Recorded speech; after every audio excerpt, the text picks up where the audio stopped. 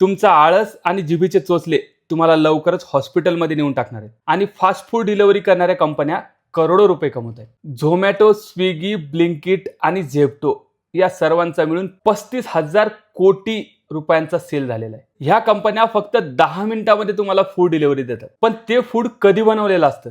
10 मिनिटात बनवणं होतं, 10 मिनिटात डिलिव्हरी करतात, तर ते कधीचं बनलेलं असणार? एकदा बनवलेलं फूड किती वेळेला गरम होत असेल? त्यामध्ये कोणतं तेल वापरलं जात असेल? ते खराब होऊ नये म्हणून कोणते केमिकल वापरले जात असतील? हे तुम्हाला माहित आहे का? मित्रांनो, हे फास्ट फूड जे बनवलं जातं याची परिस्थिती खूपच वाईट आहे। हा व्हिडिओ त्यांच्यासाठी आहे ज्यांच्या भरपूर ऑर्डर्स असतात। फास्ट फूड खाणं चांगलं नाहीये म्हणून ते खाल्लंच नाही पाहिजे असं मला म्हणायचं नाही, पण ते किती खाल्लं पाहिजे याला काहीतरी लिमिट असली पाहिजे। त्यामुळे तुम्ही जर खूप जास्त ऑनलाईन मागवत असाल तर वेळीच ते कमी करा, नाहीतर तुमचं शरीर तुम्हाला 10 मिनिटं हॉस्पिटल जायला सुद्धा टाइम देणार नाही। 10 मिनिटात येणारं फूड तुमची हीच अवस्था करू शकतं। त्यामुळे याची काळजी नक्की घ्या मित्रांनो।